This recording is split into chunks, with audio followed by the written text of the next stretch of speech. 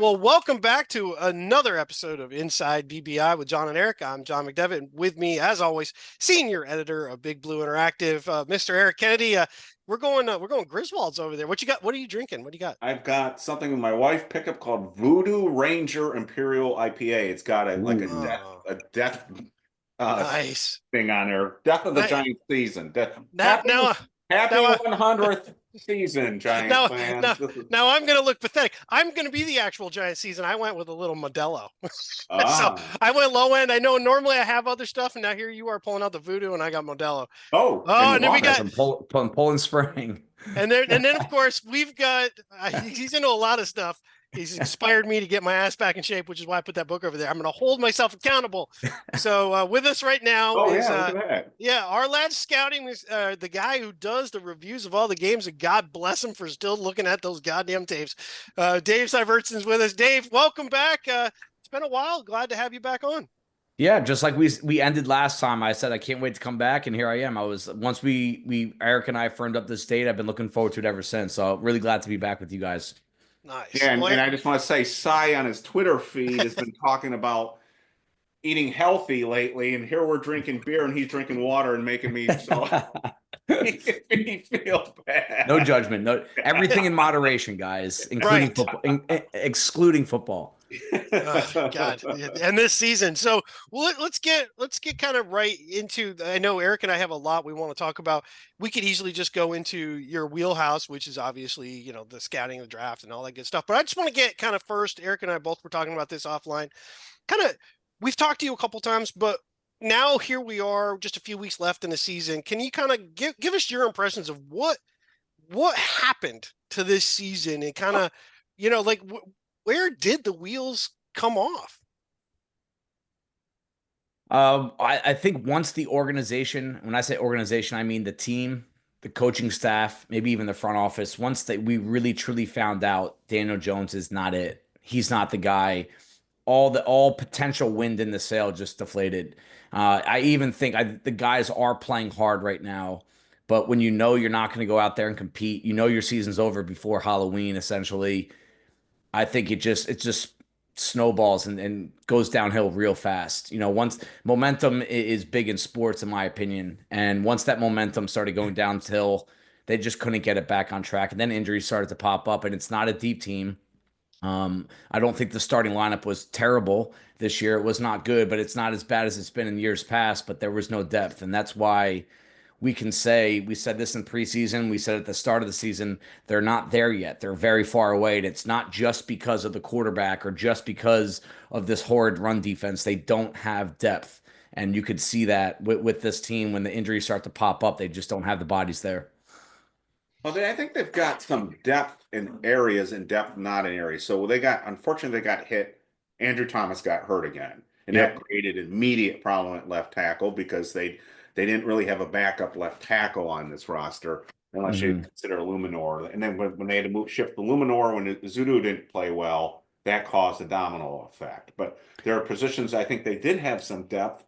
But I'd like to hear your thoughts because this was a big subject on online today. Um, if you compare this roster with the 2022 roster, personally, and I don't want to, if you say I'm dead wrong, tell me I'm dead wrong. I think that the 2024 roster going into the season was much stronger on paper than the 2022 roster, given who they had at wide receiver on the offensive line at the edge rushing position, etc. So, but if you would disagree with that, love to hear your thoughts. I mean, I would call it a wash because in 2022 they had Saquon Barkley and say what you want, and I'm sure this will come up tonight about that number 2 overall pick being a bad pick for the New York Giants. But now we're seeing the guy truly is an MVP contender when the rest of the roster is set up for running back. And he was the best player on the field, no question about it. When you take him out of the room, it's hard to say, hey, the potential of that offense, especially in an offense that cannot be explosive, all right, will be as good without Barkley as they are with. But in terms of having multiple options and a better offensive line, yes. Having a more formidable defensive front, yes. 2024 roster was better than 2022. But one advantage of having a new head coach, which they did in 2022, they're not as predictable. There's not as much tape. You don't know how they're going to respond to things. And the Giants did have an easy cupcake schedule in 2022, but they also were able to play the game of innovation and unpredictability that they did fully take advantage of. And 2024, the league will understand you. We're seeing this in Miami with Mike McDaniel. I mean, the league is figuring out how to stop that offense pretty quickly. So roster wise, I think it's a wash. I wouldn't call one better than the other. Maybe a little bit more options this year, and the offensive line was better. But I just think the situation overall was much easier in 2022 than it is right now. And the tie-in with that, when Colin came on from the Great Blue North Draft Report, he said something that I think you have said in your game reviews lately. And if I got this wrong, please let me know. He's been disappointed with the coaching specifically Coach Daboll this year, and I think you've said the same. I mean, is it your take that the coaching has not been up to snuff this year? Yeah, I mean, with my limited knowledge of what's going on inside the four walls, just my observing stance and watching the all 22s and just watching as much football as I can on Sundays and Mondays and Thursdays and Saturdays around the league, they seem to be a lot more predictable, a lot more vanilla, and it feels like they're just they can't outsmart anyone. And when I watch a team like the Vikings with Sam Darnold and the Niners with a young Brock Purdy, they can out-scheme other teams. And I wouldn't put Brian Daboll in the basement of NFL coaches, but we thought we had something in 2022 when he won the Coach of the Year award, and he did not take that step up. If anything, he's kind of just stayed where he's at. And in the NFL, if you stay where you're at, you'll get passed. And that's exactly what has happened. And I do think that's going to be one of the most confusing and debatable topics is should he be back in 2025? Does he get another shot with a real quarterback situation, which we still don't even know what that will be, what that will look like. So I understand both sides. I understand let's reset this for the fourth time in a row. Don't let a guy get to year 4. But I don't think what is the answer? What is the answer? It's not always change, right? I do think that there is some validity to the fact that he could be brought back and it could get better. So one of the things that you brought it up, I can honestly say that I'm firmly in the camp that I don't believe in where he's going, mainly because I've seen nothing but regression across the board in a number of areas. And something you said that I think makes the most sense is we got away with tricking teams with Jones. And so we hit his limitations and we used him and Barkley. Once Barkley was no longer part of that equation, and then the injuries popped up for Jones again, some of that stuff, and Eric talks about it all the time, some of that, the fake handoff, and I'm just going to run an end around, that's gone. Teams know it. They're just sitting on it. And the deep passing, which we thought was going to be there, went away. So he didn't really evolve. It's his in-game management that really throws me. His decision-making, it's extremely inconsistent. Like if it's a mindset all the time, like Dan Campbell is sometimes you go, what the hell? But you know that's what you know that's what you're going to get. But with Daboll, there's field goals when you're like, why the hell did we kick a field goal? And then there's 4th and 8 and you're going for it. And I'm like, why are you going for it? It didn't fit your previous, there's a pattern of behavior, but with him, there isn't a pattern. It seems to be oddly whatever he feels at that moment. So do you feel like he really is a guy that maybe the coaches around him, he's just got to get a better group together with him and his own quarterback? Or is it more the quarterbacks didn't develop with him and his system is it's just so all over the board, you just don't know what to pin it on? You want to know what hurts him? Is the ascent of Josh Allen since Brian Daboll has left Buffalo. Because that was his linchpin. When he left Buffalo, it was like, hey, that's the guy that developed Josh Allen. Right. He's going to develop our guy. He's a quarterback whisperer. We made the playoffs. We win a playoff game. Jones played well in that playoff game year 1. We found our guy. Now we're seeing Josh Allen play out of this world. So we can probably say that wasn't Daboll. All right. He's going to succeed in any situation. I'm sure he played a part in it.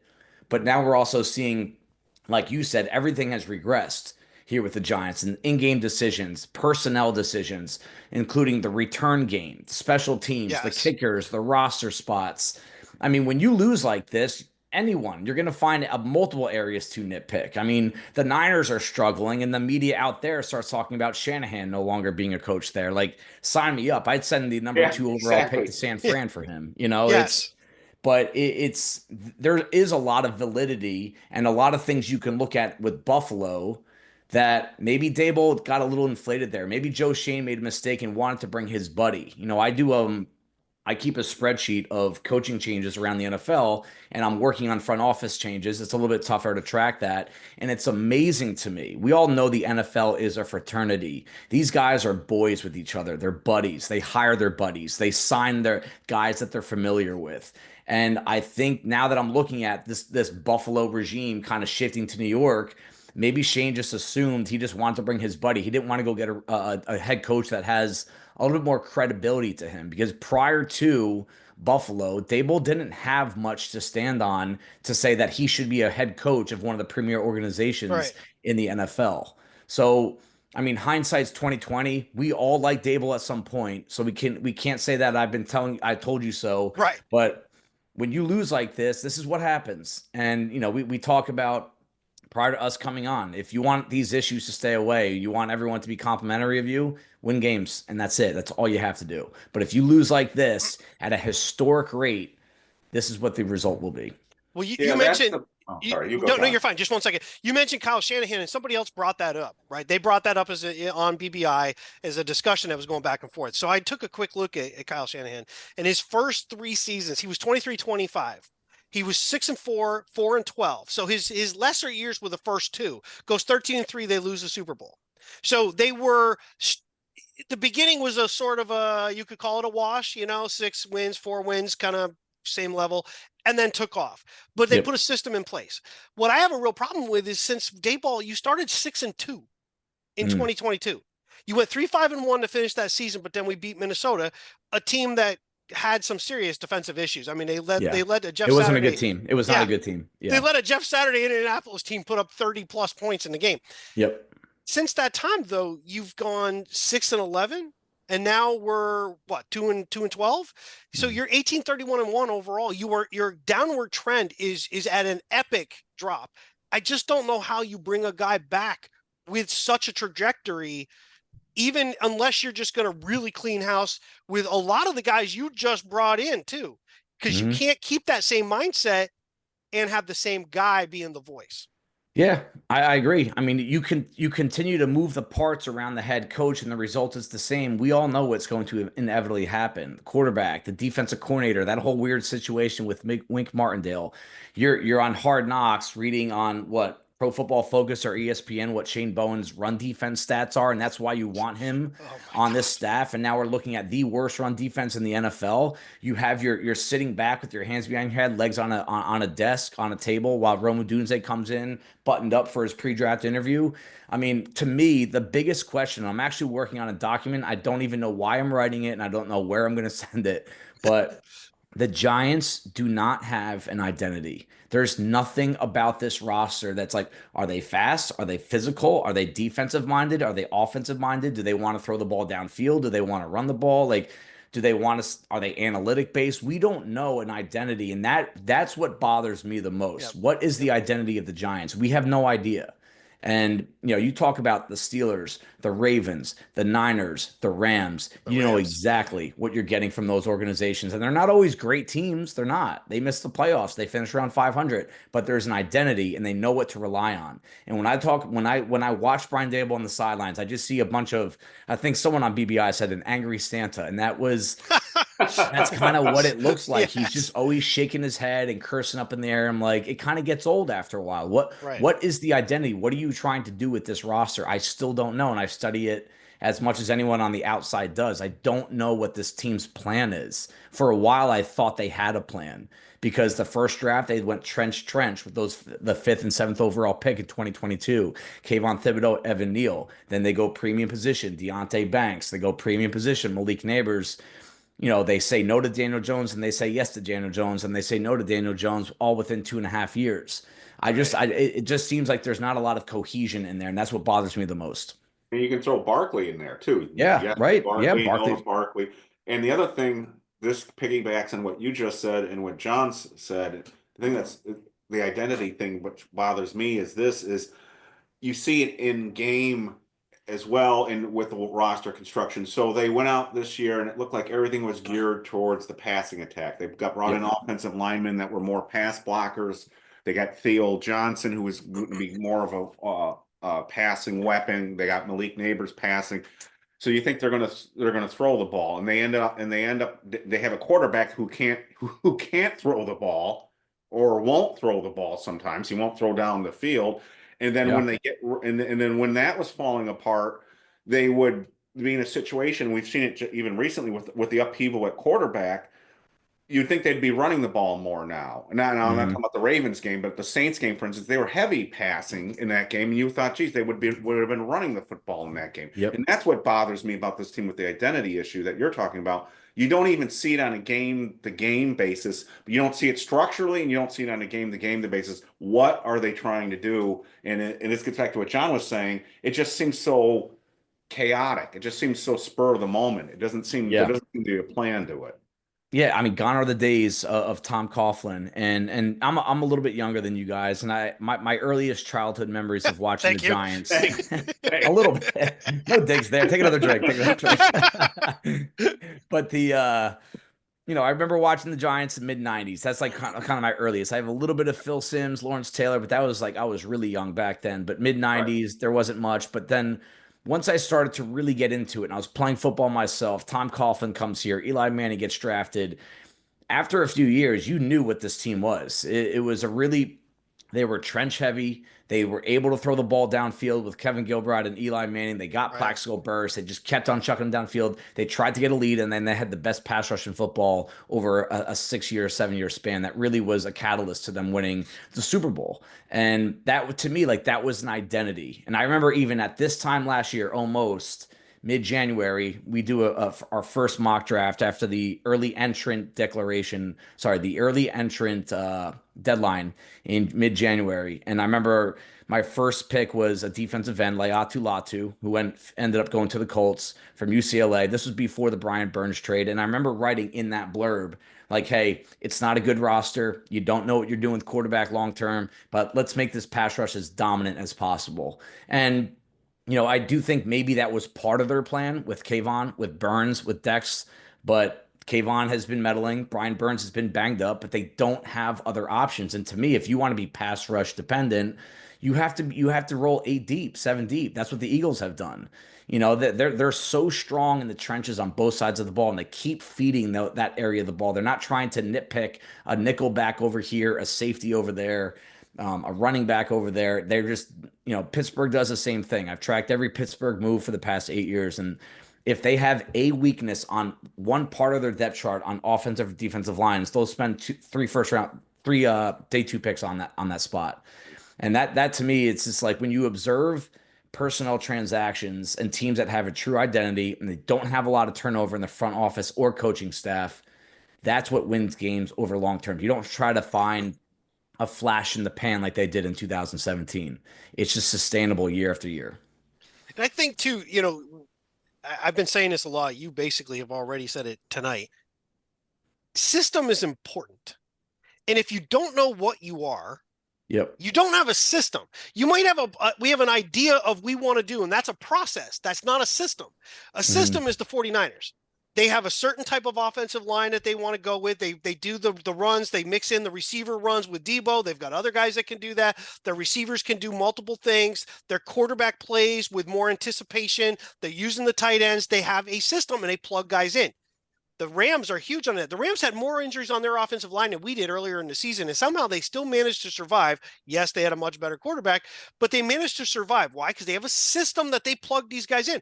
If you don't have a system, you're drafting guys based on this guy is ranked here, that we have him ranked here. But how does he fit with what you're doing? And I never see that, I don't see that development with what they don't mix the right guys. And that's why I think we miss so often. Even if they make the team, it's more because you didn't have something else than they really there. And we haven't seen that in a long time. Going back to Coughlin and even Reese was pretty good at getting guys. And they filled in for a while. They just neglected over time the old line, but they got guys that fit. I feel like we just get pieces. Yeah, and this is where I think the front office decision, the coaching staff decision, it's a tough one because I don't want to make a change for the sake of making a change. If you guys said nope, I'm out and put stake in the ground, I won't fight against it, but I do want to know what's your plan. Who are you going after?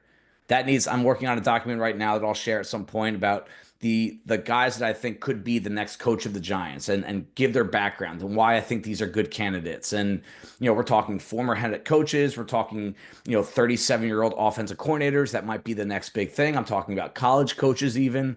Um, that I want to know what your plan is rather than just trying to hope that something works better than what it currently is, because that is where I think the Giants keep running into this hamster wheel of McAdoo and Shermer and Judge and now Daboll.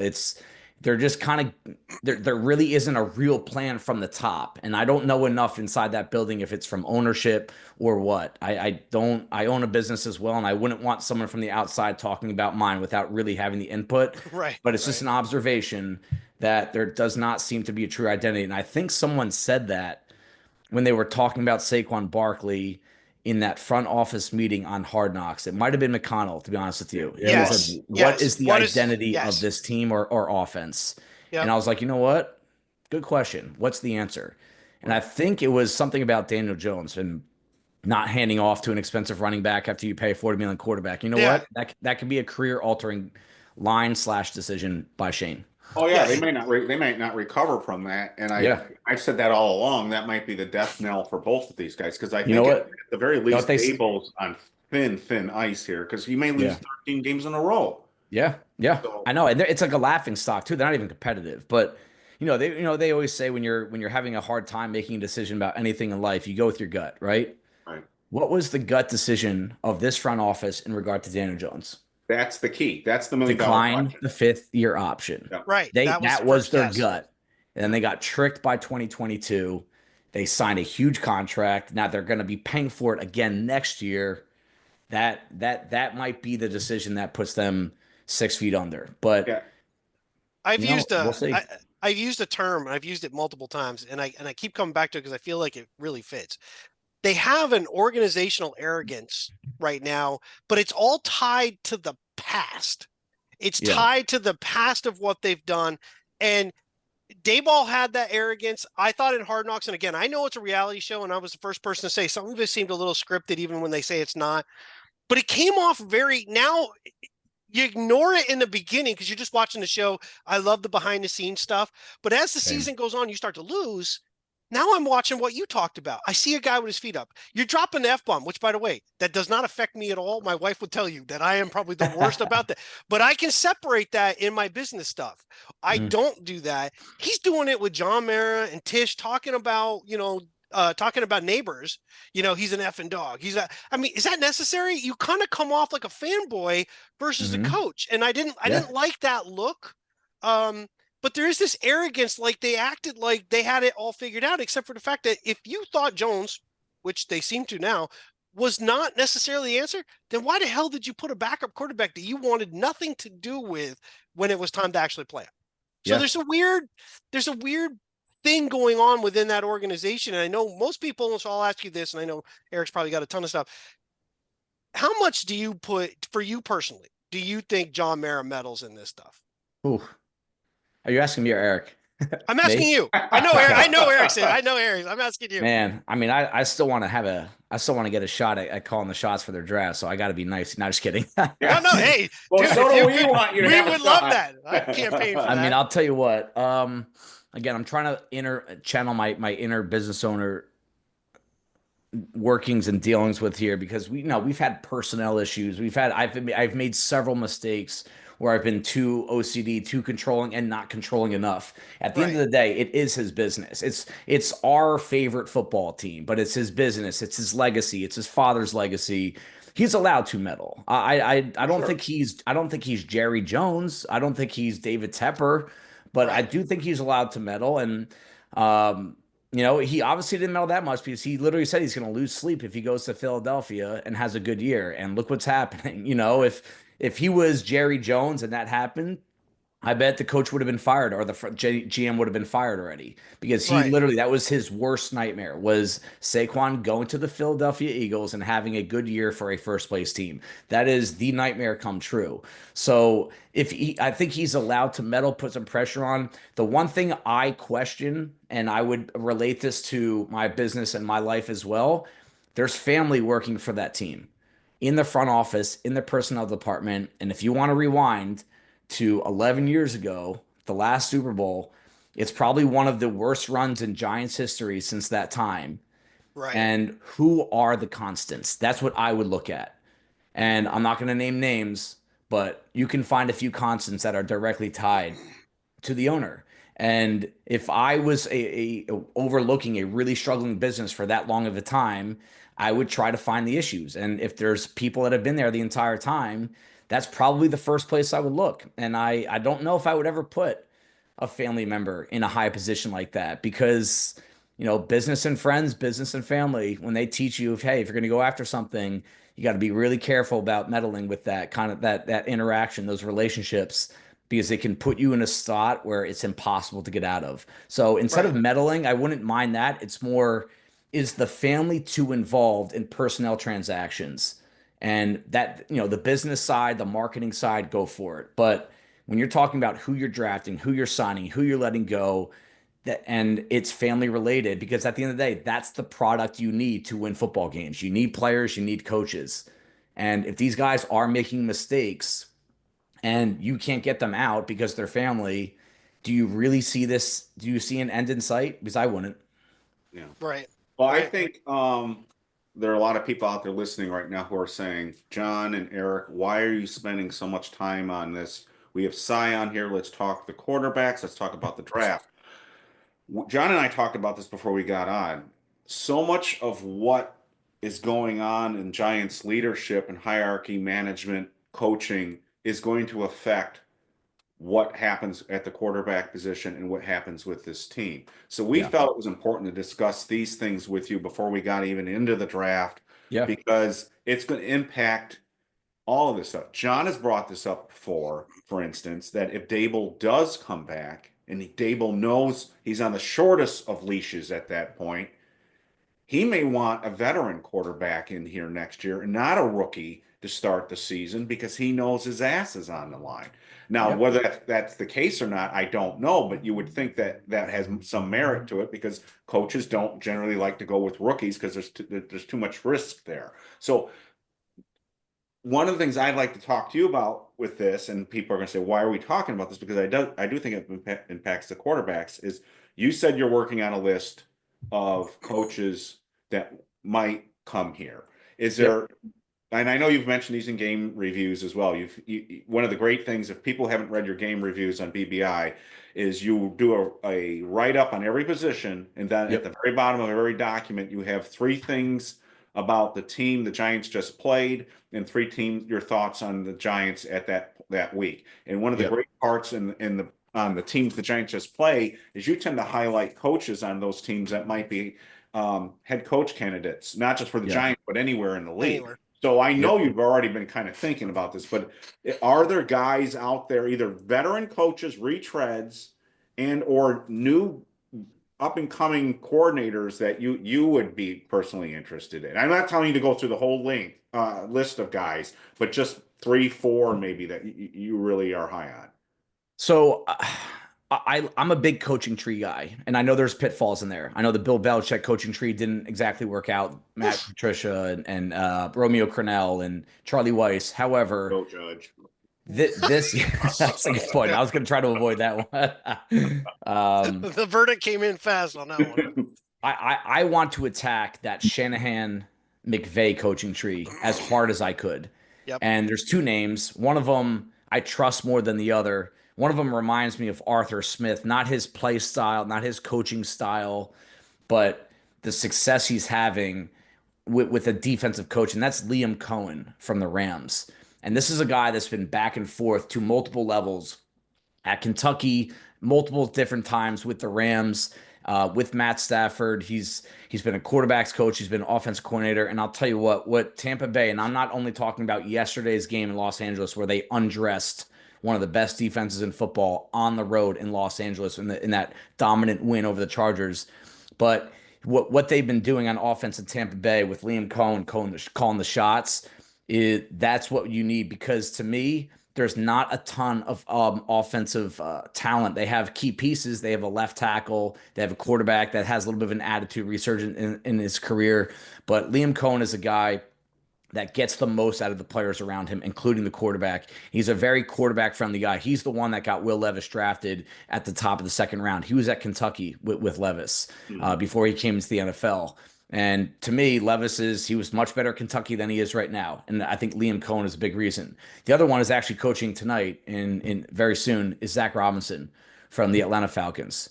He's another guy from that tree that I think could have a lot of success as a head coach. And I'm big on watching interviews with coaches from training camp, from the season, when the media gets access to offensive and defensive assistants, which is not every week. But that, to me, I mean, I'm around people all the time, and I don't want to say I can read people well, especially guys I don't know. I'm not going to say that, but I like how he carries across. I do the same thing with quarterback prospects. I was literally watching Cam Ward interviews last night, and I try to find the games in which they lose.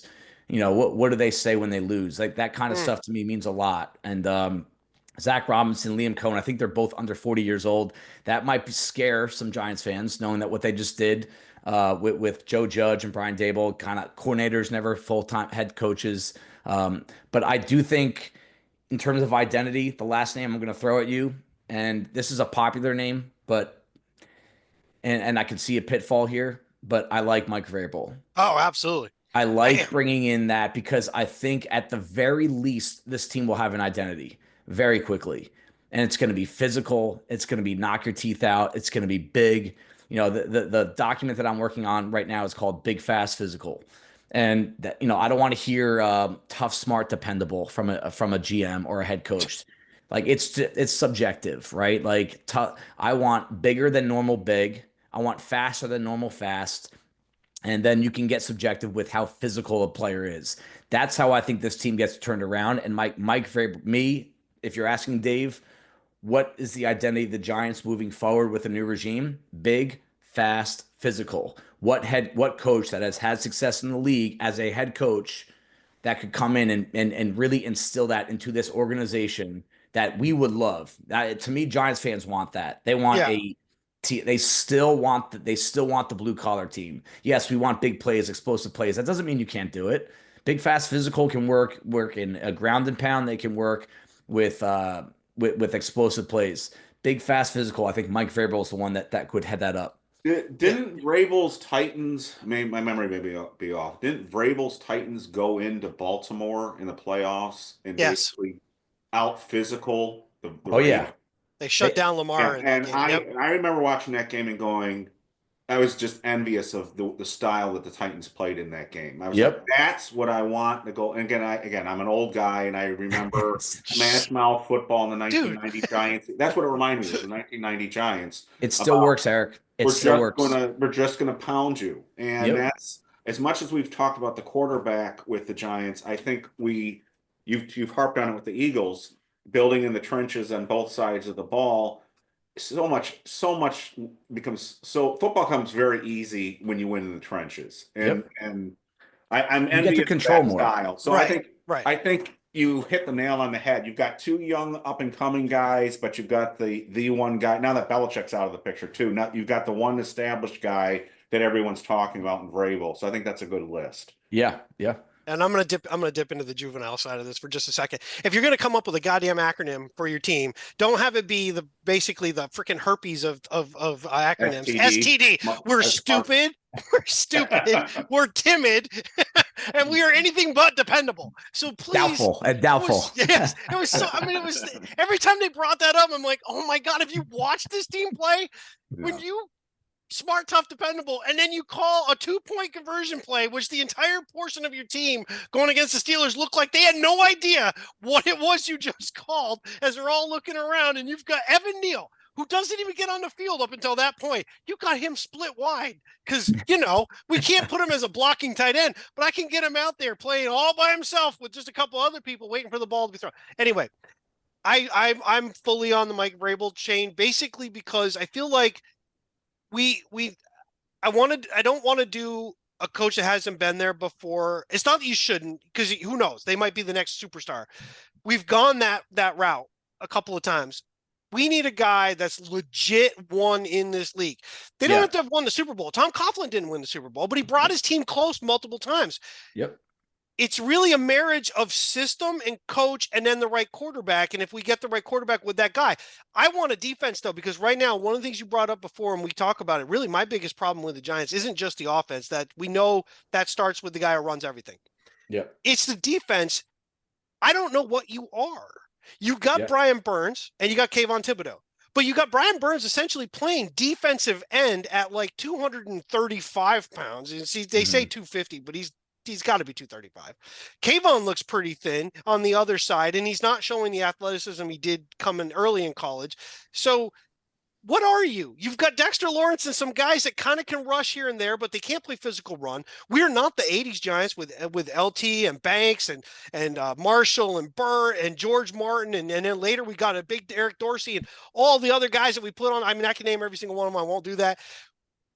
And then we're not the 2000s. We're not the NASCAR package with the 4-man front and bringing guys and adding a Matthias Kiwanuka when you didn't really need it. But look what he brought.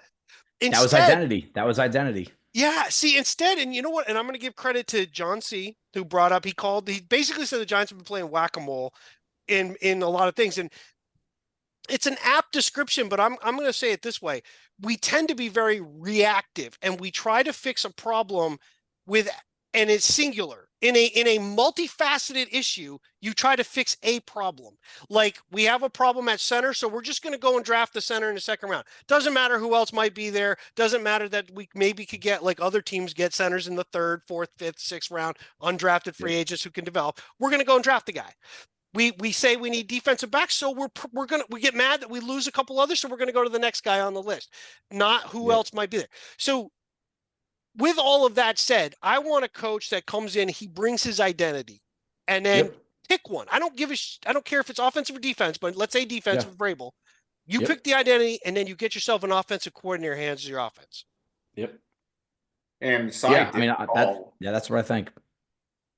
Cy did nail the John Michael Schmidt's pick. He said it was too early. Yeah. Everybody else was saying no, it was. And then when I say everybody else, not just fans, a lot of pundits were saying he's a second rounder. The Giants got to steal. And I remember Cy saying third rounder. I think maybe second round's too high for him.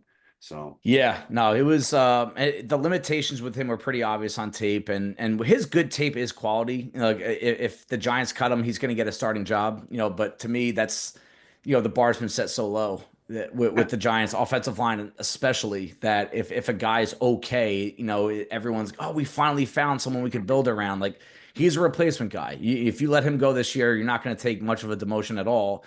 If any, if by drafting a kid next year or signing a street free agent. And that's kind of what bothers me.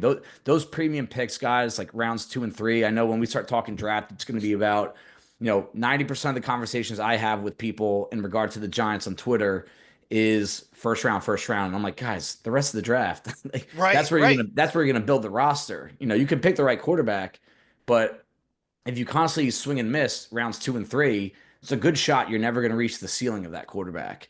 The Giants, they just have not really found, for a long time, a consistent drip of talent that comes in rounds 2 and 3 over the years. Especially round 3. They're terrible. Yeah. Right. All right. So here's the $1 million question. Everyone wants us to get to this. So I saw, and it's still pinned at the top of your X feed, and for everyone who out there, I really recommend, and before we get off, or Cy can do it right now, tell everyone his X feed. But pinned at the top, you have a tweet that says that the 2026 class is better than the 2025 class in terms of the quarterback, which seems to suggest, and I don't want to put words in your mouth, seems to suggest that you are at least thinking about the possibility of maybe passing on quarterback if somebody's not there and waiting one more year. Do I have that correct? You have that absolutely correct. And at this point, here we are, December 16th, a week before my 39th birthday. We are. Damn, you are young. You are young. We are Thanks. not. We are not supposed to have. Maybe I should have said that. We could edit that out. Yeah. The we are not supposed to come up with our conclusion. And this, I think this rubs some people the wrong way when I get into conversations on Twitter that I don't have an answer yet. Who my QB1 is. I have a feeling I know who it's going to be, and I'll talk about that right now. But to me, I respect the process of evaluation and scouting, and there's still multiple pieces of the puzzle that I need to put together before I come up with a final grade. And it would be foolish not to talk about the possibility of passing on a quarterback early in the draft, no matter who Right. in the media says what. And no matter what fans think, you should at least talk about what it would look like to take a different player at a different position and then punt on quarterback till next year. Do I Right. want to do that? No. I want the next franchise quarterback. I wanted JJ McCarthy over Malik Neighbors last year. Don't forget that. That was Right. who I wanted. When I did that live pick, I always make a live pick when the Giants make their picks in the draft, and JJ was the guy for me last year. I want the quarterback as much as anyone, but I also don't want to force it. And I see so many teams do that in the draft, and developing a quarterback and picking a quarterback is so difficult. The league gets it wrong more often than not, that I would hate to pass on a supreme talent that could help the Giants win games. And yes, I want to get the ball rolling with a new quarterback as well. I want to do that ASAP, but there's too much at this point in the regular season. We don't know where the Giants are going to be drafting. We don't know who's going to be where the grades are going to stack up, and we don't Right. know who's going to be available when the Giants are on the clock. So there is a strong possibility. I would even say a coin flip right now. You could call it a coin flip that the Giants should pass on quarterback this year and take a supreme talent, a Travis Hunter, a Will Johnson, maybe even Abdul Carter, and wait on quarterback. Because right now, with Garrett Nussmeier going back, Drew Allar going back, in addition to the crop of quarterbacks that are going to be underclassmen eligible next year, you're probably talking about a quarterback class that's going to be similar to what we had last year. That is what I see coming out in 2026 from my vantage point right now. Do you, by the way, real quick, do you see any of the other quarterbacks going back? I've heard Quinn Ewers might go back. Yep. And then there was some talk even that Beck is a possibility of maybe going, and I don't even know how eligibility even works anymore. Yeah. Apparently you can literally be there. It's almost like being in Congress. You could just be there forever. But so is there a hint or two that maybe this quarterback class might actually be even smaller by the time we get to the past the bowl games? Yeah, I mean, I think today there's a report Allar is going back, and I think I said that last week or 2 weeks ago that I would suggest he go back. I said the same about Nussmeier.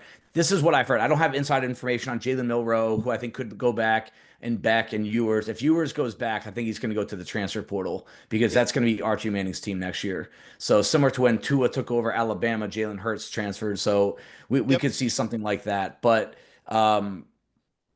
the I just lost my train of thought. The conversation that I had today wasn't about quarterbacks exclusively, but it was about guys that are on the brink of, hey, maybe I could be a second or third round pick.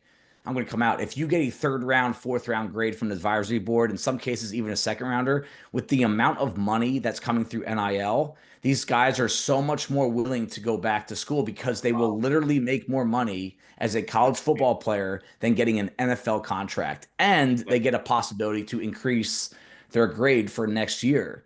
So they're at the start of this cycle. This is the last COVID year, meaning 2020, everyone got free eligibility, meaning they could have played the whole year and it still counted as a red shirt. This is the final year that you're going to have guys in that situation, unless they had multiple injuries. There's a guy in Miami that's been there for 7 years now, but Right. I saw. because of McCormick, the tight end, multiple injuries. But at the start of the year, we were thinking, hey, this is going to be a huge draft class, a huge amount of just like fifth, sixth, seventh round picks. Undrafted free agency is going to be a gold mine. But if you start getting some of these underclassmen slash guys that have one more year of eligibility to go back because of NIL money, it'll actually be next year's crop that's really deep, both at the top of the draft and throughout all the rounds. So that's my answer on that. If these guys are not getting a good grade back from the advisory board, they have just much more reasoning to go back. So on the quarterbacks, I would think that's also putting a little bit of pressure on the Giants is preaching to the choir when you say judging quarterbacks is extremely difficult. You see teams all the time that can't even seem to figure this out. Yeah. However, that being said, so far in the returns, again, you shouldn't judge a class any draft pick in the first year. We've got the Yep. four of the six quarterbacks that were drafted this year who have played. They're all looking pretty good at this point. Yeah. So that kind of puts pressure on the Giants too a little bit here with the Absolutely. fans saying, "Hey, if the Commanders can do this now, again, a different class, but you know how fans are. We got to get our quarterback like the Patriots, like the Commanders. We have to get our guy. Look at Denver." And Penix Yep. hasn't even played yet, and of course McCarthy hasn't played yet. But that's got to be putting Yep. some pressure on them, I would think. Yeah, I think pressure's a real thing. It's a copycat league, and I think that goes for offensive scheme, personnel movement, and how these guys, psychologically work during the draft. And we both were on the same page with the Commanders early in the years, Eric, that this is a bad roster. Right. And I made a tweet out there that got a lot of traction that the Commanders are proof that if you get the quarterback in the building, Right.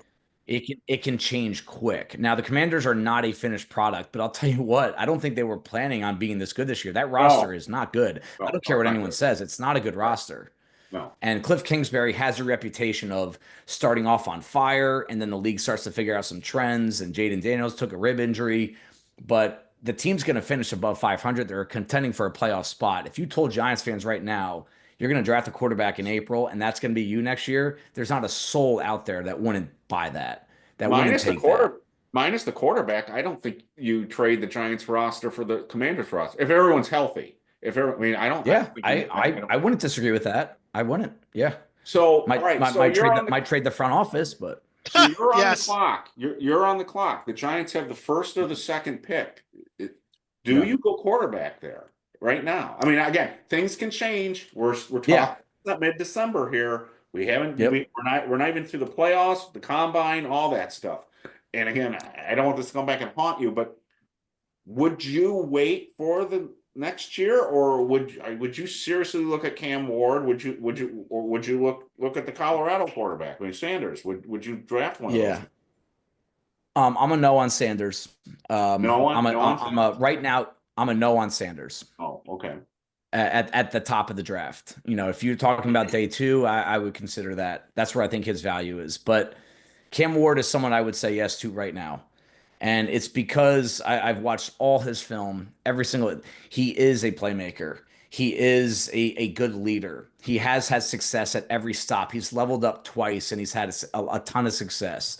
He can make all these off-platform throws. A big part of my evaluation is not the reliability, but the ability, the potential to change up arm angles, get the ball out faster. I still remember the pass the flea flicker, where Daniel Jones didn't get it out quick Oh enough dear. downfield. Dear Like God. that play is what Cam Ward can do, and those are the plays I'm telling you. When you watch some of Yes. the best quarterbacks, that is sometimes the difference between a win and a loss, production and not explosive plays and not explosive. You can't wait for everything to be lined up perfectly for you. You got to wait. Okay, it's open. I got to get the ball out really quick. Cam Ward can do that. But I'm not completely sold on him. I don't feel the same way I did about Jaden and Caleb at this time last year, and even JJ McCarthy. So that's where if the draft were tonight and that was a possibility, I would bring Cam Ward in. But I want to talk about what my preference is right now. And there's a few things that would have to line up for this, and I'll probably get crushed for it, but this is the time to get crushed. Right. We just played a team, the Giants, sorry, I shouldn't say we. The Giants just played a team that did this in 2018. They picked in 2018, the Baltimore Ravens picked Hayden Hurst, a 24-year-old tight end that had a Right. failed Major League Baseball career that decided to play some tight end for South Carolina Yep. at an era where they already had Mark Andrews. They passed on Lamar Jackson. They said no to Lamar Jackson. And then about 10 picks later, they traded up. They brought in a quarterback that they were going to morph their entire offensive system around. They changed everything. the offensive line, the personnel acquisition, the scheme, the receivers, everything about that team changed for 2 to 3 years while they developed him. And Jalen Milroe is still the guy to me that can change an offense that has an electric, elite ability. He's still, after all this film I've watched, he's the only quarterback in this class with an elite trait. And unfortunately, it's more legs than arm, and that makes me nervous as well. But there's something there that can be developed. And the Giants, to me, it would be great for them to either trade out of two, but let's say let's say they can't do it. Go take a Travis Hunter, go take a special talent, go take an Abdul Carter or a Will Johnson if you have a high enough grade, and then do what you can to get back into the top of the first round. You're going to be picking 34. It's not going to cost that much. Right. And I would roll the dice on that situation. And if it looks like it's going to blow up in a year or two, but you can't put them on the field right away. The Ravens didn't either. They played Joe Flacco for pretty much that entire first season. And you're going to have to bring a quarterback in here that can help you develop Jalen Milroe. And then year two, it's go time. That would be my preference. You killed two birds with one stone there, because we had a number of people on BBI, when I said that you were going to be on today, wanted your opinion on Milroe. Yeah. And we've had a number of discussions about maybe you pass on the quarterback in round one and wait until the top of round two, or maybe trade back into round one. So you basically killed two birds with one stone there, because we had people asking both of those questions, and you addressed them. So yeah, I think that's a possibility. Before John, I know I'm taking up all the time here. No. We're going to get a lot of people reacting right now. What the heck are you talking about, Cy, about Sanders being a second round pick? And again, I'm not weighing one way or the other on this, but right now people are going, what are you talking about? Why? He's not big, he's not fast, and I think he plays too much backyard football, and he can get away with it in that conference. But I think that if he maintains this style of play at the next level, he's going to get crushed. And the amount of times that he's not half the athlete of his stepfather. So I don't even want to bring up Dion when he's talking about athleticism. He's a very average athlete at the next level. And I love his throwing motion. I love his release. I do think I think he's tough as nails, but we just got done with a quarterback that's tough as nails too, that only goes so far. And I just think when I grade out every element to his game, there's only a couple traits where I'm like, that's really impressive. I like that. That's better than a lot of other guys. A lot of his traits: arm strength, touch, layering the football, scrambling ability, understanding where pressure's coming from. All of that to me is just very average across the board. And I hate to say this, but if his last name was not Sanders and there's not all this hoopla around him, I don't think he's even in the discussion to be the number one pick in the draft. So Milroe, you take Milroe above Sanders, it sounds like. They're basically graded in the same tier. And if you told me right now, who have I taking, I'm going to gamble on the higher upside. Sheduer's a better thrower of the football. He's probably better at reading defenses and making anticipation throws right now, but he doesn't have an elite trait. Milroe has an elite trait. If you can make him a 7 out of 10 passer, I think he can be a dude that wins a lot of games for you. And I think he can fit into that identity in which I talked about, in which you can pound teams. So Sanders has the higher floor, but the ceiling is much lower. Yep, that people love that, right? That's a question I get. Sanders definitely has a higher floor than Milroe, but Milroe the ceiling's not even close. Yeah. Now I just want to point out real quick, if you go back and you look at the video from this summer when we did the show with you after the Texans game, yep, you were about to talk about the guy, and it's Milroe, that you had, your surprise guy. You didn't say his name yet. I wrote down on a piece of paper Cam Ward, because I thought that's who you were going to say. So I just want to say I was on the bandwagon of Cam Ward beforehand. So both of you guys. Nice. But I'm also very much in line with your thinking about Milroe. I like him. I think he's not a finished product by any stretch of the imagination, but I do think physically he's a much better athlete than a Hurts is for. Oh yeah, not even close. It's not even close. I think he's got the physical capabilities to be a much better passer. He just doesn't. And by the way, Hurts, was not a finished product at all when he came out. He was very overlooked, really. I mean, the Eagles just added him to have that other piece, and ultimately they thought Carson Wentz was going to be a guy. So speaking of Carson Wentz real quick, going into that general area, I think it's Mark Ganowski. Am I saying his name right? From South Dakota State? South Dakota State, yep. BW and DC wanted to ask your thoughts on him. Undrafted free agent, maybe a preferred free agent, meaning a guy that will get a good check to be a free agent for someone. I actually got asked about him in October, and so I watched his tape up until then, and just to me, it was just a lack of control. It's just all over the place against a lesser competition. You can scramble around and make plays like that, but to me, same thing as Sanders. He's an okay athlete. He's got an okay arm. Against lesser competition, I want to see better production than what he's shown, and that to me is kind of like one of my my rules to scouting. If you're coming from a lower level of college football, you need to borderline dominate. And it's, there's no system or algorithm in scouting that always works all the time, but that's something that does translate to a high success rate when projecting talent to the next level, especially at quarterback. So to me, ceiling for him would be a Ben DiNucci type, a backup quarterback that's probably going to follow a float around the league, maybe start a game just because guys got hurt. But I don't see anything that we would want to make plans around on him. Travis Hunter. Some people have brought up his size. Yeah. Concerns about the size issue there, or you're discounting him a little bit here? He's Garrett Wilson. Okay. He's Garrett Wilson size. He's not big, and I think there are some issues there. And Travis Hunter, I mean, you could spend an hour talking about him. To me, I need to trust the organization that drafts him, that there's going to be a real plan for him. Because, if I was an owner and we're sitting at number 2 overall and the coach and GM says, hey, we want to pick this guy, I would need a really long, detailed plan of what you're going to do with him. Not how he's a Heisman Trophy winner. He's a rare player. He's Dion reincarnated. I'd want to know what you're going to do with him week to week. I lean towards him as a wide receiver because I think this game is more about offense than defense. Interesting. Okay. And I think his lack of size shows up more on defense than it does offense. Now, it's funny because some people say the other way around. So I think most people do. Yeah, I was gonna say I think Colin thought he's more of a corner. Yeah, most people do. I think I'm in the minority on this, but I'm an offensive-minded guy when it comes to this. I know corners are really hard to find, but I've broken down all his corner tape. It's not overly impressive, and to me, he's a playmaker. I want my playmakers on offense, and I don't think we've ever seen this. We've seen defenders play occasional offensive snaps, right?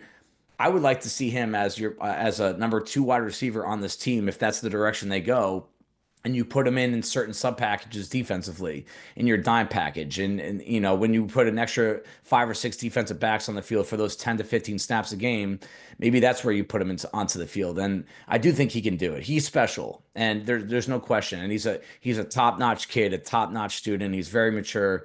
And not that I care about this, but he's going to put a lot of butts in the seats. And there's a dream out there that Malik Neighbors and Travis Hunter making plays for this team. If you can get the quarterback right, I mean, I talked to a lot of Giants fans. You certainly have an identity there. You have explosive playmakers all over the place. I mean, imagine that. Hunter, Neighbors, and Jalen Milroe. I mean, that would scare anyone if Milroe turns into something. And then you get Vrabel in here to really turn up the physical component to the rest of the roster with the rest of these draft picks and free agent signings. That's a big part of what the Ravens' success has turned into. I mean, Lamar is faster and more electric than everyone on the field, but that team beats the crap out of you. And that's part of why he has a lot of success, is that these guys are just getting mangled all game. And all of a sudden now you have to go catch up to this dude in space. And then he's developed as a passer to truly an elite level, something I did not see coming out of Louisville. I mean, he is a very good passer of the football. He just has to win the big one in the playoffs now. Right. Do you, I want to delve real quick away from the specific 25 draft. I want to kind of go back in time and more just the thought process. Looking back at the first draft, here we are, we get Thibodeau and we get Neal. A lot of people bust on Joe Schoen that these guys have been busts, or at least Thibodeau hasn't lived up to the thing and Neal has been kind of a bust. But can you address kind of that thought process? In reality, as far as I'm concerned, as far as Eric's concerned, some other people we talked to, both those guys were at the top of the food chain for the positions that they were in and in the spot where they were drafted. Thoughts on Schoen taking them, and how much blame do we put on him for the fact that they didn't develop the way most people thought they would. Yeah, I mean, I'd be a hypocrite to say that I didn't want Evan Neal. He was my number one tackle, pretty highly graded. Some of the notes I had on him ended up being correct, but I would have taken him. I mean, the guys that I wanted back in 2022 were Evan Neal and Garrett Wilson. Those were the guys I wanted at 5 and 7 that year. And to me, this is where, I mean, are you going to crush Shane for getting those wrong? I mean, did you want Ekwonu? He wasn't available. Charles Cross has been banged up and he hasn't been very good. He's been better than Evan Neal, but he hasn't been great. I mean, Right. what was the move that you wanted at that point? Right. I mean, I don't remember anyone bashing that pick. Right. No, You they know, were overjoyed. They were jumping. Yeah. for joy. Yeah.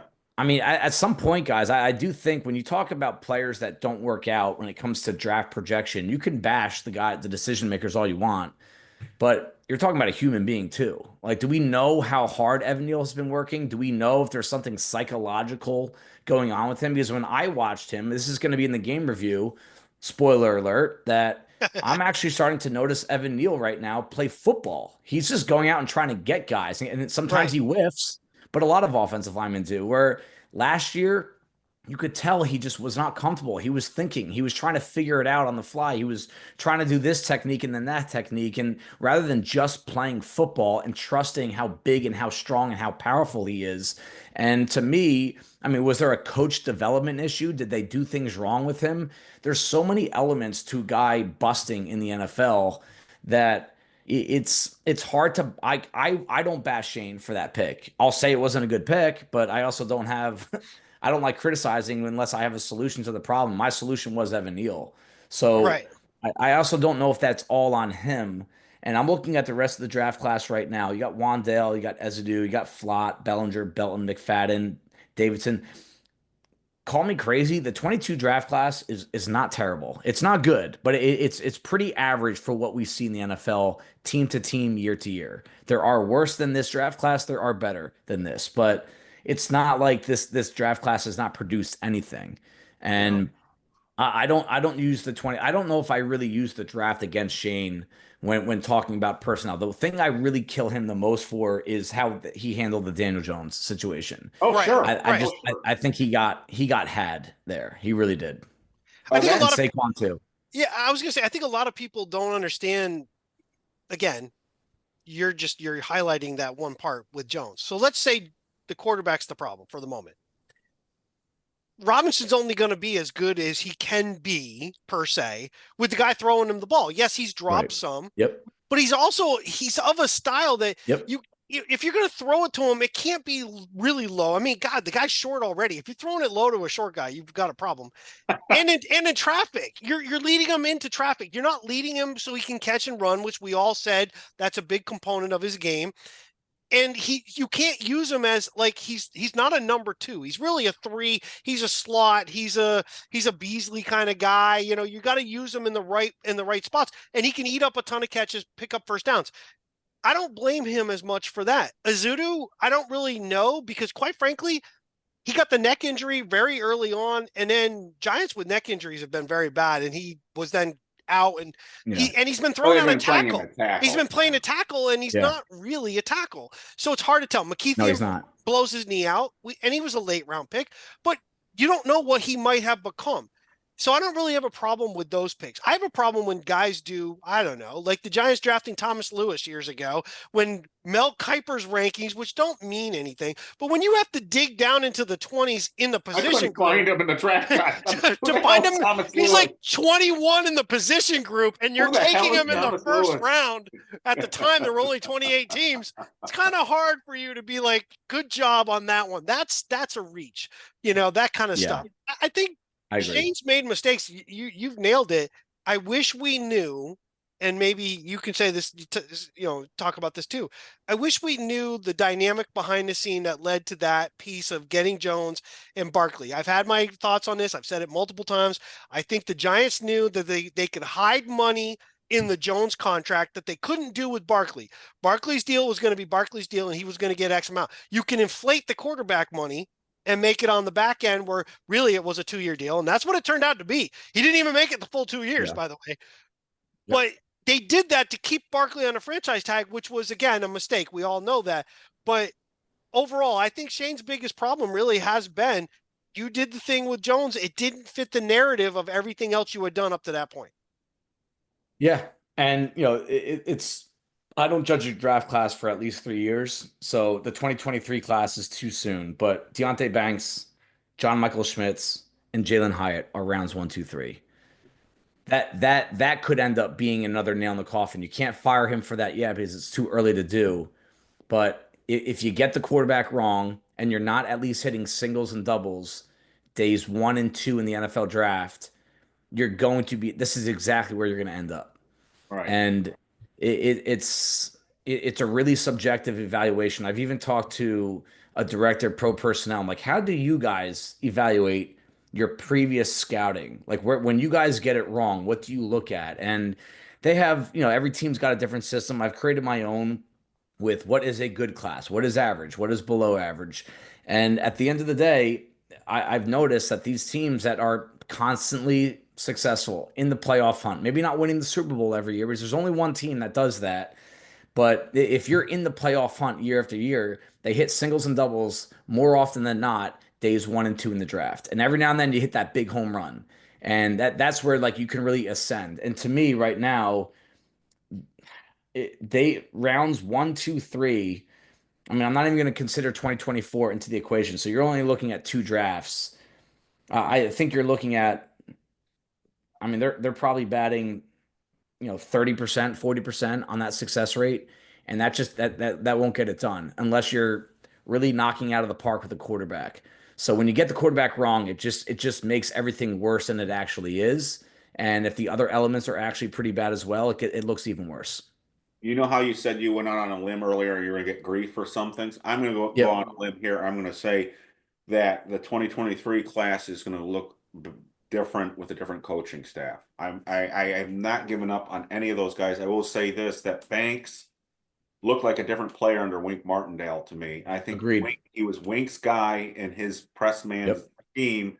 Bowen yep. comes in here. It's a different system, and I from the beginning, it just didn't feel like a good match. Now, if they bring in Vrabel and Vrabel uses the same similar system, then Banks may not have a long shelf life here. Yeah, But I think all right, I just want to go back one thing because I know we've kept you on an hour for an hour here because yeah, people are going to ask again yep, with because everyone's focused on these quarterbacks. So right now you got Cam. Again, it's early. This can yep, change. You've got Cam yep, Ward in terms of the quarterbacks right now. He's your number one, right? As yep, of this date today, right? Cam Ward. yep, You've yep. got Cam Ward's number one right now. Yep. Sanders and Milrow are in the same ranking Same area. same tier. Gun to my head. I'm taking Milrow. Who are we missing now that Allar's going back to school? Is there Well, somebody else that we should be throwing in there in round two, quarterback that might be somebody that they like a Jalen Hurts? Is there another well, Jalen Hurts out there? what if Beck turns it up in the playoffs? What if Beck shows something here that he hasn't this year for some reason? Does he get back in the conversation of bottom of one, top of two kind of deal? Or is he really sunk this year deeply from where he he was? he he finished this season really. I think he's already on his way back up. Like he crashed and burned. He was my quarterback one heading into the year. He crashed and burned. He played terrible. He made his tape was terrible, terrible decisions. He has played better. I know for a fact the NFL is going to like him more than most fans because fans see a bad game or two, a few bad interceptions, and they just want to turn off the guy. They just keep replaying those plays in their head. Right. The NFL is going to like Carson Beck. Um, I don't know if top of round two or end of round one is going to be that ceiling, but that to me, Ewers, Beck, and I'm going to give you the name. Jackson Dart is a Dart. name that a lot of people like. He's got a big arm. He's made big time throws. There is a name he's playing Friday night that I think everyone you can use this opportunity to watch him. I just did a preview that'll be out on Ourlads soon for that game in regard to the NFL draft prospects and BBI. I am going to try to do at least for the playoff games the playoff game draft prospects to watch. That was something I Nice. did back in the day that just you guys can watch these games and if you're really watching or it's in the background like you can know who's draft eligible and who to keep an eye on. But Curtis Rourke, the quarterback from Indiana, I said the ceiling would be a mid-second round grade. So to answer your question, there might not be any names beyond those three guys, Ward, Milroe, and Sanders, that I really would want with one of the first two picks. And that's what I think about this quarterback class, because I think at that point you're reaching. But Curtis Rourke has a lot of his tape that the weaknesses that I see in Cam Ward's game and Sheduer Sanders, the thing that makes me not like them as much as some others, he does very well. Passing under pressure, passing with play action, accuracy, anticipation, getting the ball out. He just didn't have to throw the ball out this year. I think off the top of my head, I think he threw the ball 288 times. Ward and Sanders were between like 420 and 450. I mean, almost twice as many times. Interesting. Wow. So, he's got a little bit of a weird throwing motion. He spent 1 year at Indiana. He was at Ohio leading up. He was the MAC Offensive Player of the Year. And he did play some good football. He didn't really shine against Ohio State, but their offensive line just got pummeled by that defensive front. So it was actually and he actually did make a couple big time throws in that game. But he's a name that it's also come up in conversations with others that I respect in the business, that he's someone that they're telling me the media is not talking enough about.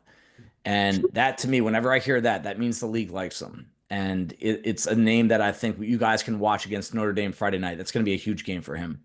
But Curtis Rourke. Two questions. Again, I know I keep saying we got to get you off. Yeah, you're good. I could keep you on all night with this stuff. So does it concern you or scare you, given your comments on Sanders, that it seems like the Giants are scouting the hell out of Sanders, number one? Yeah. What's your reaction? Does it scare me? I wouldn't say I dislike him enough to say that it would scare me. I think he's a better passer than what the Giants have had lately. I think it'd be fun and exciting. It would get hope back in everyone, no matter what. You get a new quarterback in here, at least it's going to do that for a year. Bring some hope. I think that might, when I talked about earlier how Daniel Jones, when we kind of all knew he's not going to be the guy, everything just deflated around the organization. Sure. To me, if Sanders comes in, there's going to be a huge inflation. I think Malik Neighbors is going to Wandale Robinson, Jalen Hyatt will be fired up. To each other in the street. Yeah, I know that wasn't planned, right? I mean, no. couldn't they go to Times Square? Couldn't they go to Times Square and not outside a parking garage? That was planned. Even my wife said that. So. Oh, dude, I mean, if you follow what Deion has done at Colorado, it is like, if you don't like the social media, TikTok, Instagram world, I mean, get ready for it, because that is what will overtake this organization with Sheduer here. I mean, they are all about branding and image and making money outside of football. And the last person last person that came into the Giants talking like that was Kayvon Thibodeau. His persona, his image, his reputation to me, and to each their own. I mean, it's your money, it's your life. You do what you want. But if you're talking about winning football games and people the wrong way, if it doesn't go well, that would be hard to swallow. But I'll tell you what, I did a video on Ourlads on the YouTube about Deion wants to have some say in where Sheduer ends up. Mm-hmm. And there are a lot of things about the Giants organization that makes sense from a marketing and financial perspective. New York is still New York. And I know everyone say other cities are catching up. New York is still king with that stuff. So if you win here, you're set. But there are a lot of elements to this organization that do not look quarterback friendly. They have not done a good job supporting a quarterback for a very long time. So there are other organizations that are in the quarterback market that I do think Deion would like to lean towards.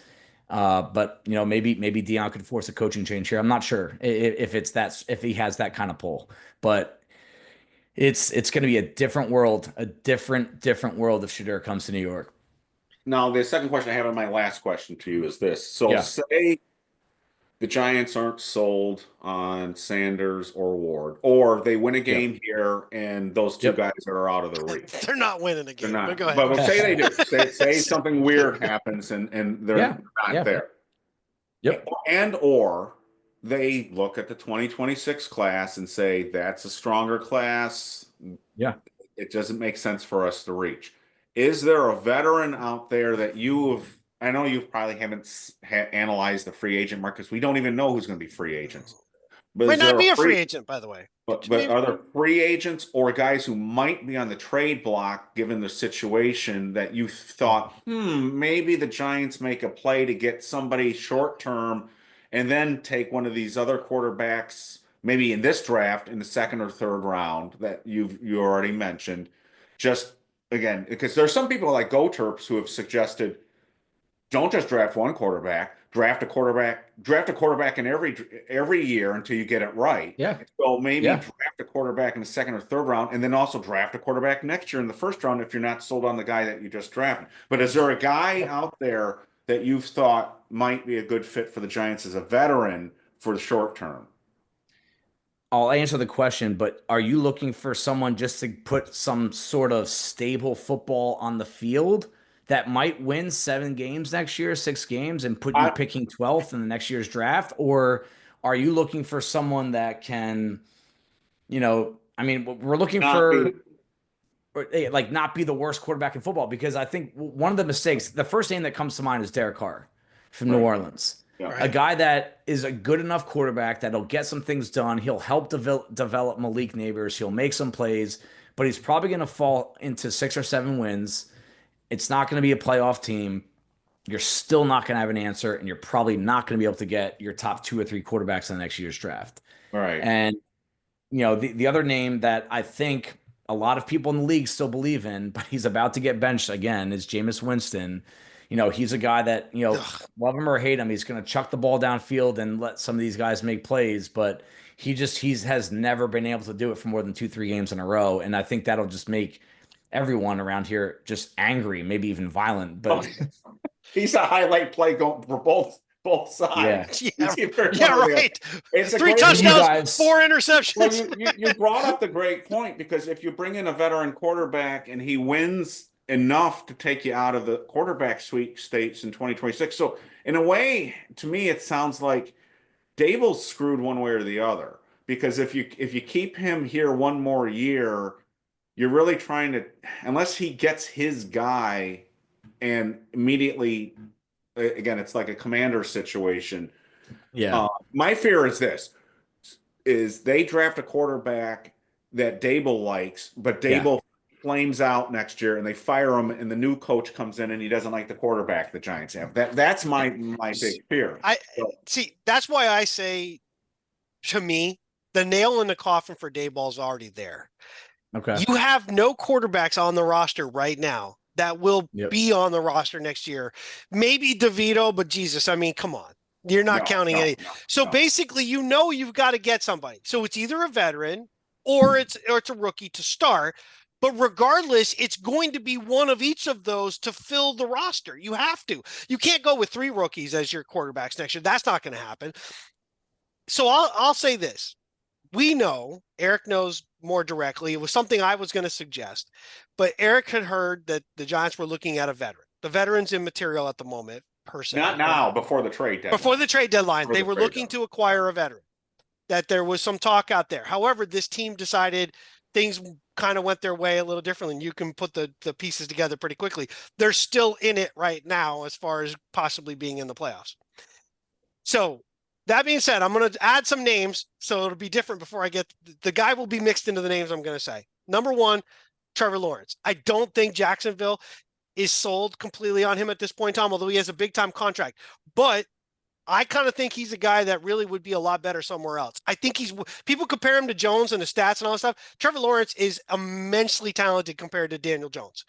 I don't know why he struggled so far, but I think a change of scenery, a la Kerry Collins, might help Trevor Lawrence greatly. The second one would be Matthew Stafford, who's getting up in age, but I don't think the Rams are going to keep that aging core together after this season. And then the third one is a little kind of off the thing here, but I'm not entirely sure what's going to happen in Miami. So Tua, with his injury history, is a potential target down the road. It kind of depends on who you bring in as a coach. So of any of those veterans, does any of them, would you be willing to maybe trade the first pick if we got the first or second? Hold on, before you say that, as long as we got their first round pick. So we're dropping down a little bit. We're letting them come up. We get a quarterback and we still get a first round pick. I don't want to give up the first round pick. to acquire somebody else's baggage per se, but we have nothing. Our cupboard is bare at the moment. I don't think any of those will happen. But if you said, yeah, I would take Trevor Lawrence in a heartbeat, but you're looking at a $133 million cap hit if Jacksonville does that. So they just signed him this year. So it's just, I don't even think it's a possibility. Matthew Stafford, I mean, he's still playing at a very high level. I don't think he would ever want to come here. I don't think McVay would ever do that to him, is send him out here. Tua, I'm out on. I don't think he's a cold weather quarterback. I don't think he ever will be. The name that I think would make sense, not because I think it's going to lead them to the promised land, but I think no matter what, if Daboll's back, they're taking a quarterback. They'll reach for one. They will. And then they'll sign a Justin Fields type where, because I think that the worst mistake would be to rush the quarterback they draft into action right away and he bombs. And that happens a lot with quarterbacks. They just get rushed in. They're not ready. Patrick Mahomes, Jordan Love, these guys got to sit for a year, or if not in some cases, multiple years, where you draft. They're going to use their first pick on a quarterback. I would, if there was a betting market, I would make that bet right now. I made a bet that Travis Hunter would win the Heisman back in August. It paid out really well. I would make the same confidence bet right now. The Giants are drafting a quarterback if Daboll comes back.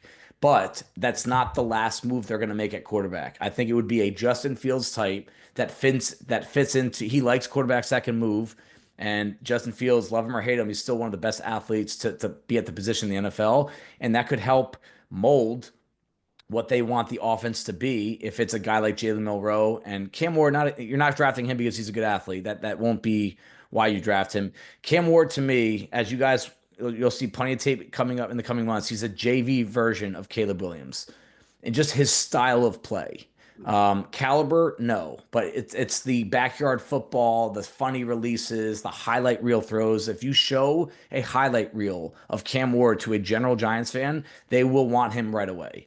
If you watch all of the tape, you're going to see the pitfalls of playing football like that. But that's where I think, the move is going to be. They're going to get a quarterback that can at least steady the ship. Justin Fields might win 6-7 games, and they have a quarterback that they can develop for another year or two. And that probably gets him a 2-year gig with this organization at least. They probably do that though you said Daboll, but they probably do that with any coach, right? Yeah, probably. And I'm glad Eric said that, because I was going to ask you this. You said it a couple times, so I'm kind of curious. Right now, which way is your meter kind of leading? Daboll's coming back, or he's not coming back? You've hinted more than once that it sounds like you almost feel like he might be coming back. Yeah, I think he's coming back. Oh God! Wow. Okay. I do. I'm not saying he should. I don't want to be held to that either. I don't know yet. I was just curious. No, I'm just curious. I think he's coming back because ownership doesn't have the ownership reputation is dwindling right now pretty aggressively, and it's because they are failing at picking head coaches. Why would they be confident that they can go find a new head coach? Why would they get rid of a guy that won the coach of the year 2 years ago? I think they want as bad as anyone for this to work out next year, to see it a sign of improvement, maybe a new quarterback, maybe Daboll and Shane can kind of sales their way into, hey, let us pick our quarterback. We kind of got duped by this Daniel Jones. He's your long lost, the Mara's long lost son. He's Eli Manning reincarnated by the same quarterback coach from North Carolina, from the South, right? Let us pick our guy. I think there's a sales pitch there that, if what I'm hearing is true about the Giants trying to control some media narratives right now, they probably know that these guys are coming back and they want to kind of temper the storm before it gets out of control. And honestly, with all these IR moves and all these guys that they're not putting active on game day, I think they are subtly tanking right now. That they don't want to win a game for the rest of the year. They want to be guaranteed to be the number 1 and number 2 pick in the draft, so that they can get a quarterback, they can sign a Justin Fields type and buy them maybe 2 more years. Well, that may be something we should have put at the very beginning of the whole conversation. So you think the tanking thing might be still on the table here? You think there may be subtle tanking going on? Yeah, I think there's a subtle tank going on, and I think the agreement's already in place that they're coming back. And I'll Interesting. probably smile and be happy that if I'm wrong, because Well, I want a new identity here. And if Daboll wants to take that on, and Shane Bone wants to have a new defensive approach, which he probably won't because he's been doing this for so long, and Shane can have a better draft, like fine, I'm all about it. I don't want these guys to lose their jobs, but I want there to be an identity. So if right. they lost a coach, I'd be excited about a new identity, a new era, like everyone else would. But I'm not sure that Giants organization's pride can handle that right now.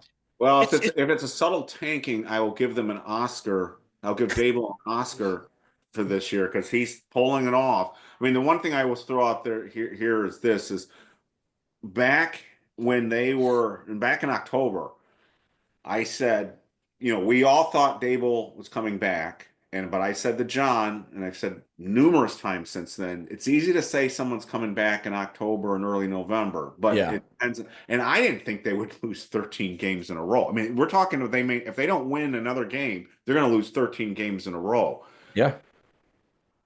There's a big difference between Yeah, being, I agree. a 5-win team and a Sure. 2-win team in this league and losing 13 games in a row. So if he is tanking, I'm not worthy, Brian, that you deserve. Well, and we talked about this at one point. Eric brought up, he's like, I don't understand like Daboll's persona in sort of his meetings and in the calls. He seems defeated to me. He seems a beaten down and guy. I kept saying the only thing that I can think of why they keep just putting Jones out there and keep telling us he's the best chance to win, even though we see what's happening on the field, is that they had possibly an agreement ahead of time that said, you're going to play Jones. We're going to find out yes or no, but you're coming back.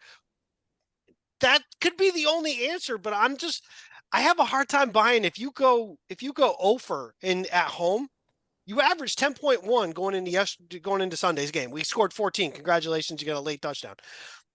10.1 points per game at home. You said, Cy, back after the Texans game, and I remember this very specifically, the Giants are the worst first drive, first series, first quarter team scoring and drive-wise. You said they've got to come out this year, and and what did they do? And he said if they don't change that, Cy said this. He said if they don't change that, it's going to be a long season. And they went 3-0 in the most horrible, ugly way against the Vikings, where the fans were booing already. That I was like, oh my God, that was very prophetic of what you said. And here we are. And Eric's right. I mean, if you lose out 13 straight games, you lose all your games at home. I just have a really hard time with a coach that if you do bring in a young guy, and even if you bring in a Justin Fields, which I do not want, but let's say you do. And if you lose 2, 3, 4 games right off, the calls for his head are going to be immediate. There will be no leeway. There's no buffer for this rookie quarterback. No buffer. You're either going to throw the rookie right in because now you got no choice, or the coach is fired. Now you got to find a new coach. And now, so it's, to me, you're either doing a half measure, coach, keep the GM, or you're cleaning house. I can't imagine that you're not doing one of those two things. Me personally, I can't picture how you do at least not one of those to change the feeling around the team. Yeah. Yeah, I mean, and that's where I guess I have a disconnect between ownership and the guy that's sitting in a dark room in his house right now. It's that how much does the feeling of this organization, like I have friends that are Giants fans and they're telling me that they don't even watch the games anymore. It's like, what's the point? It's like painful to watch. Oh, like to me, I watched every play multiple times. Like, pray for me, guys. But like, I know exactly. We all say that. By the way, you're only 39. Wait, yeah. just give it a few more years. and I'm healthy, right? I drink Poland Spring. And I just finished a second Modelo. Now you know why we're drinking so much. I'll tell you what, you guys are like, every time I see you take a sip, I'm like, I would love a beer right now, but I got to wake up at 3:30 tomorrow morning and go work. But we better get you off then. No, but I would say, like, how much I would love to ask an honest question and give these guys truth serum and ask how much does the feeling of what the people, like the planes with the billboards and how much people just hate what the Giants are doing right now and they want change, how much does that impact a decision like this? And I know for everyone it's different, and I know it does weigh something, but I really want to know how much does it weigh, because the fans, like you're getting to a really dangerous point with Giants fans. They don't care. It's not even like they're not even getting angry about it anymore. Right. Apathetic. They're not disappointed. Like they're not. It's like when you're They're growing not up and watching the games. your father's not mad at you. He's disappointed, and you're like, oh, that's worse. It's like, Right. Be pissed.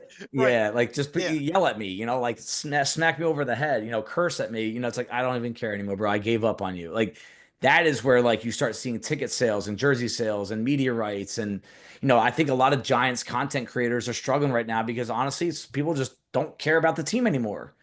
And it's like I'm writing these reviews and I'm grinding as much as I always do on them. I never will not grind on them, but every now and then I'll get to a moment. I'm like, is anyone going to read this? Right. Well, you do. People are No, reading. We do. So for sure. that's where I question, because if they weigh that a lot, then yeah, dude, get something exciting about this team, and that is clean out, bring a new staff in, you get a new quarterback. That would create a lot of offseason excitement. If it's, hey guys, we're gonna run it back, and Right. the next 3 months we're gonna sign some Derek Carr, Jameis Winston, Justin Fields, first round bust, and then those months leading up to the draft would be terrible. And if you don't take a quarterback early on, it's going to get even worse. I mean, it's almost like the fans are going to make you make your decisions on what to do in the draft if you bring the staff back. That's a dangerous spot to be in. Yes. Right. And you have to let personnel evaluation dictate what you're doing in the draft, not fans. I'm sorry, no offense to the fans. They can't sway your decision that much. And to me, if they get a new coach in here, there's a little leeway there. Like, you know what, guys, new staff in here. We're not going to get the quarterback this year. We're going to evaluate, and then we're going to go at it next year, because next year's crop is something to be excited about. And that I think is going to be the ultimate deciding factor. What happens to this staff? How much does ownership care about the ethos of Giants fans right now in relation to what that decision would be? Well, you're preaching to the choir, because John and I, and not just us, every Giants fan out there warned this team back in the summer, saying if you run this back with Daniel Jones and no viable alternative, and he flames out like he did, the apathy level on this team is going to reach historic levels. And it did. Yeah. This was entirely predictable. This isn't hindsight. We all called it. And I'm not just talking about John and I. Everybody, fan out there, was saying, oh my God, if you do this, because no one had a lot of faith in Drew Lock either. So we're like, oh my goodness, what are you doing? And it's exactly what happened. And the last thing is, the opposite of love isn't hate, it's indifference. And that's where Giants fans are right now. This is a good point. Different fan base, and I've said it over and over again. Our listeners are going to get tired of it. My kids, 21 and 18 years old, live in a house with a guy that runs a Giants website. They like the Giants because of Dad, but they don't watch because they don't want to watch, because it's 9 games in a row. They lose. I mean, why would you watch that? They ask, how did the Giants do, Dad? Well, they lost. Of course they did. They know that they have become the very thing, and people are going to laugh at this, the very thing that old school pro wrestling used to talk about. We have people that you love and we have people that you hate. You cheer or you boo. If you're silent or you don't care, we have failed. That character has failed. That has failed, and it's something to get. And that's where we're at now. People, you're not even mad anymore. It's comical to watch how bad things have gotten, and you don't care. And that's the problem to me. You've got to change that feeling. We used to talk about, you got to win some games to build that kind of thing. Now people don't even want you to win because you're just going to screw up a draft pick. But I'm thinking, what have we done with the draft picks? I don't care. Yeah. This team needs to change, and I do think a change in leadership. But we've kept you on for a long time. Way too long. So it's all good, guys. First off, you used the word wait. So I'm going to let people know. Check out at @ourlads_Cy. He brings up the fact that the defensive line is a very sizable defensive line and a very talented one. You give a quick preview of what they can find about that. Wait, sorry, say it again. You gave on X. You put out there about the size of defensive tackles and the talent that goes with that. There's some very large defensive tackles that people need to really consider out there. Yeah, I mean, The amount of guys that I have in my top 10 of that position group that are above 325 pounds, I don't think I've ever Oh, seen it before. I mean, I've oh, seen a lot of guys every year. There's guys that are that big, but they're run stuffers. They're guys that you would take day three. They're DJ Davidson types, Right. right? Right. I mean, the guys from Florida State that just declared, the guy from Michigan that's probably going to declare, Kentucky, um, that Ohio State. I mean, there's going to be 7 or 8 guys that are going to be pushing 320, 325 plus that are pass rushers as well. And that's a spot where I think the Giants are going to have to attack at some point is get another defensive lineman in here to help out Dexter and not run him into the ground, and also just, use Dexter for a decoy. And then now you got a guy playing one-on-one pass rush coverage. So that's where I think that group is someone that the Giants are going to have to lean into at some point. should the Giants consider Mason Graham at the top of the draft, or that's way too high for a defensive tackle? No, it's not way too high for the position. I like Mason Graham. He's one of my top 6 players in the draft. I know there's going to be 2 or 3 guys I have graded higher than him that I would also want. Yeah, I just was curious. I won't be mad. I won't be mad if he's the pick, but I can't see it. I don't see that happening. Okay. So for those of you who don't know, on X, follow at ourlads_Cy, of course, on bigblueinteractive.com. Cy does all the game reviews. God bless him during these lovely games where basically you're introducing yourself to the roster of whoever they put out on the field that day. So you can catch him there. But Well, and let's tease it. He has something interesting to say about Evan Neal. So his review for the Ravens game will be out tomorrow, and he has something interesting he says he has on Evan Neal. So yeah, that to me, I'm going to be looking for a specific. And it's actually positive. Positive. Nice. Well, there we go. So, I mean, with that, unless we have anything else we should have touched on, No, we kept it way too long. I think we'll I'll be back, guys. Don't worry. We'll wrap the whole thing up. So again, like, subscribe, all that great stuff here on Inside BBI. Make sure you check out our lads and get your Our Lads guide. I'm putting mine in the mail here. Yeah, I got mine. I gotta mail it in. Yep. So, but appreciate the Cy coming on. Thank you everybody for listening, and we'll catch you again real soon.